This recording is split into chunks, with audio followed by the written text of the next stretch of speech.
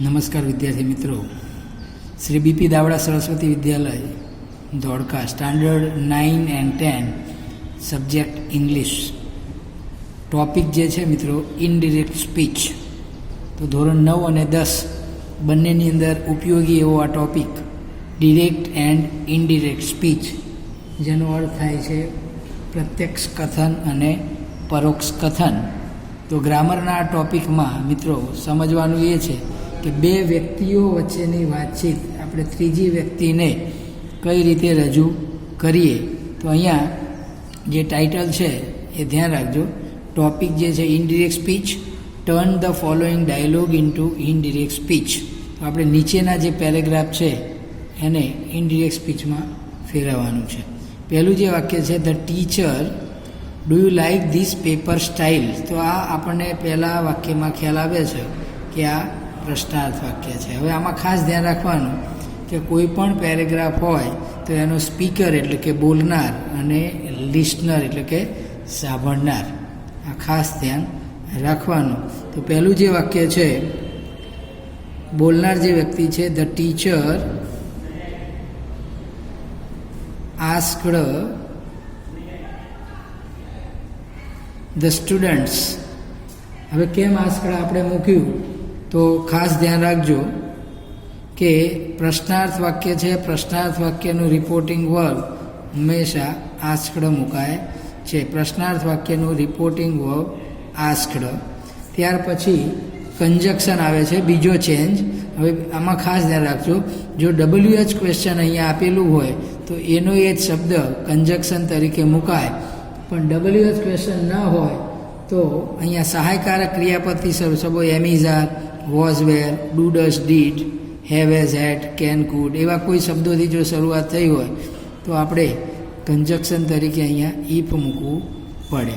હવે ખાસ ધ્યાન રાખજો, જ્યારે તમે ઇનડિરેક્ટ સ્પીચમાં ફેરવો છો ત્યારે આ વાક્ય જે છે સાદા વર્તમાનકાળનું છે, પ્રશ્નાર છે, તો અહીંયા ડુ ડઝ ડીડ આપ્યું હોય તો એ નીકળી જાય. હવે આ યુ કોના માટે વપરાયેલું છે તો સ્ટુડન્ટ્સ માટે. ધે, કેમ કે આપણે બીજી વ્યક્તિને કહેવાનું છે, વિદ્યાર્થીઓ માટે યુનું થશે ધે એટલે કે તેઓ, તમે એનું અહીં થશે તેઓ.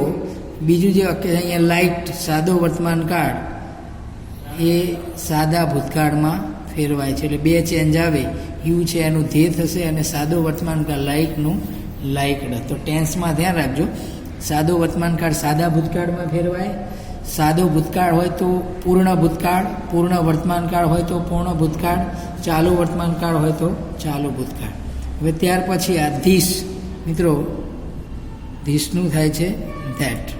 If they લાઇક્ડ that paper style.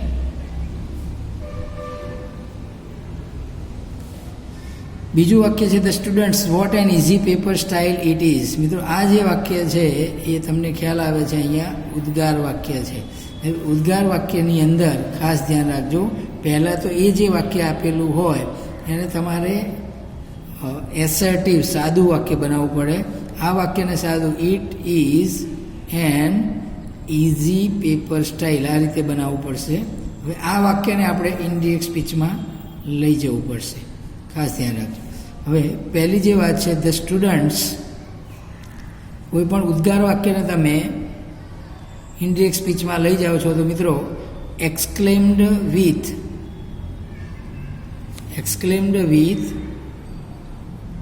હવે ધ્યાન રાખજો, જો આનંદનો ભાવ હોય તો જોય, દુઃખની વાત હોય તો સોરો, પ્રશંસા કરેલી હોય તો પ્રેઝ અને આશ્ચર્ય હોય તો સરપ્રાઇઝ. એક્સક્લેમ્ડ વિથ, અહીંયા easy paper style it is વખાણ કર્યા છે એટલે પ્રેઝ, એક્સક્લેમ્ડ વિથ પ્રેઝ. હવે ઉદ્ગાર વાક્યનું કંજક્શન પણ મિત્રો ધેટ હોય છે. The students exclaimed with praise that. હવે અહીંયા ઇટ એમના એમ ઇઝનું સાદો વર્તમાનકાળ સાદા ભૂતકાળમાં. ઇટ વોઝ અ વેરી, કોઈ પણ વિશેષણ હોય તો એની આગળ વેરી, રિયલી કે ઇન્ડીડ મુકાય છે. It was a very easy paper style.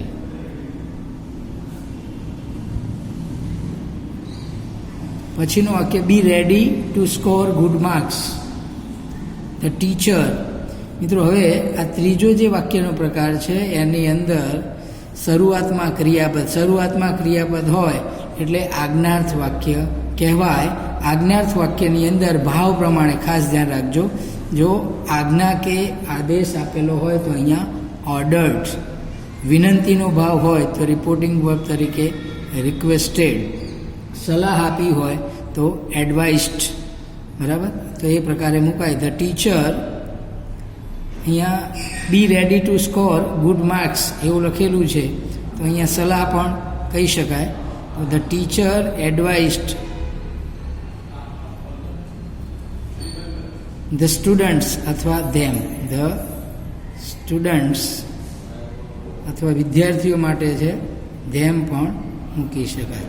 હવે અહીંયા આજ્ઞાર્થ વાક્યની અંદર માત્ર ક્રિયાપદની આગળ ટુ મૂકી, જો યાદ રાખજો વાક્ય હકાર હોય તો ટુ અને મૂળ ક્રિયાપદ, અને જો નકાર હોય તો નોટ ટુ. બરાબર, એટલે to be ready to score good marks.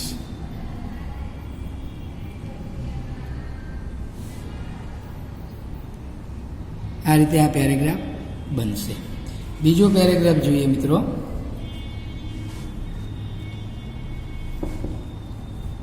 Vote is the matter Ami said Kriti. એટલે પહેલું વાક્ય બોલનાર કોણ છે અહીંયા, તો ખાસ ધ્યાન રાખવાનું કે કોઈ પણ પેરેગ્રાફ હોય એનો સ્પીકર એટલે કે બોલનાર અને લિસનર એટલે સાંભળનાર આપણને ખબર પડવી જોઈએ. તો પહેલું જે વાક્ય છે કૃતિ, હવે પ્રશ્નાર્થ વાક્ય છે અહીંયા, એટલે આસ્કડ મુકાશે. સામે સાંભળનાર જે છે એ અમી છે. હવે મેં હમણાં કહ્યું એ પ્રમાણે કે વાક્ય પ્રશ્નાર્થ હોય એટલે બે પ્રકારના હોય, WH અને સહાયકારક ક્રિયાપદથી શરૂ થતા.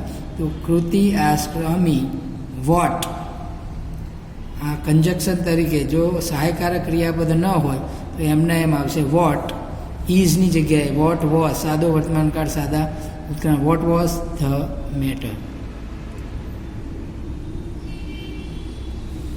ચલો ત્યાર પછી બીજું જે વાક્ય છે, હવે અહીંયા બોલનાર કૃતિ છે એટલે બીજું વાક્ય અમી, પ્રશ્નાર્થ વાક્ય જે છે એનો જવાબ મળે એટલે રિપ્લાઇડ. અમી રિપ્લાઇડ, ફરીથી નામ ન લખવું હોય તો છોકરી માટે હર. સાદું વાક્ય હોય તો સંયોજક તરીકે ધેટ, સાદા વાક્યનું સંયોજક ધેટ, એટલે કે વિધાન વાક્ય હોય તો. આઈ હેવ નો મૂડ, આઈ એટલે અહીંયા તમે જુઓ સી મૂકાશે સબ્જેક્ટમાં, કેમ કે બંને છોકરીઓ જ આપેલી છે ને આપણે સબ્જેક્ટ મૂકવો છે. સી હેવની જગ્યાએ હેડ, સી હેડ નો મૂડ. પછીનું વાક્ય, હવે અમી રિપ્લાઇડ હર. બરાબર, અહીંયા અમી છે અને કૃતિ છે. હવે ત્રીજાનો let's go to see a movie, તો એમાં આવશે કૃતિ. હવે લેટેસ્ટવાળા વાક્યનું રિપોર્ટિંગ વર્બ ખાસ યાદ રાખજો. કોઈ પણ જગ્યાએ લેટેસ્ટવાળું વાક્ય હોય એટલે એમાં તમારે રિપોર્ટિંગ વર્બ તરીકે સજેસ્ટેડ અથવા પ્રપોસ્ડ, આનો વાક્યનો નિયમ બદલાય છે, ખાસ ધ્યાન રાખજો. બેમાંથી એક, પ્રપોસ્ડ અથવા સજેસ્ટેડ. કૃતિ સજેસ્ટેડ અથવા પ્રપોસ્ડ હર ધેટ. હવે લેટેસ્ટવાળા વાક્યનું કંજક્શન પણ ધેટ. હવે વાક્યમાંથી મિત્રો લેટેસ્ટ કાઢી દેવાનું અને ફરજિયાતપણે તમારે લેટેસ્ટવાળા વાક્યમાં ધે શુડ મૂકી દેવાનું. ત્યાર પછી મૂળ ક્રિયાપદ they should go to see a movie. ત્યાર પછીનું જે વાક્ય છે which movie shall we C. બરાબર, હવે બોલનાર કોણ હશે અહીંયા જો અહીંયા કૃતિ છે એટલે હવે સામે અમી, પ્રશ્નાર્થ વાક્ય આસ્કડ, રિપોર્ટિંગ વર્ડ તરીકે અમી આસ્કડ હર. WH ક્વેશ્ચન હોય કંજક્શન તરીકે એમને વિચ મૂવી. હવે આ પ્રશ્નાર્થ વાક્યમાં ખાસ ધ્યાન રાખવાનું, પહેલાં સબ્જેક્ટ લેવાનો, પછી એનું હેલ્પિંગ વર્બ કે ક્રિયાપદ લેવાનું. વી, હવે અહીંયા બહુવચન છે એટલે તેઓ, તો વિચ મૂવી ધે. સેલનું નિયમ પ્રમાણે સેલ ધ્યાન રાખજો, સેલ અને વિલ હોય તો વુડ થાય, કેન આપેલું હોય તો કુડ થાય, મે હોય તો માઇટ થાય. તો વિચ મૂવી ધે વુડ.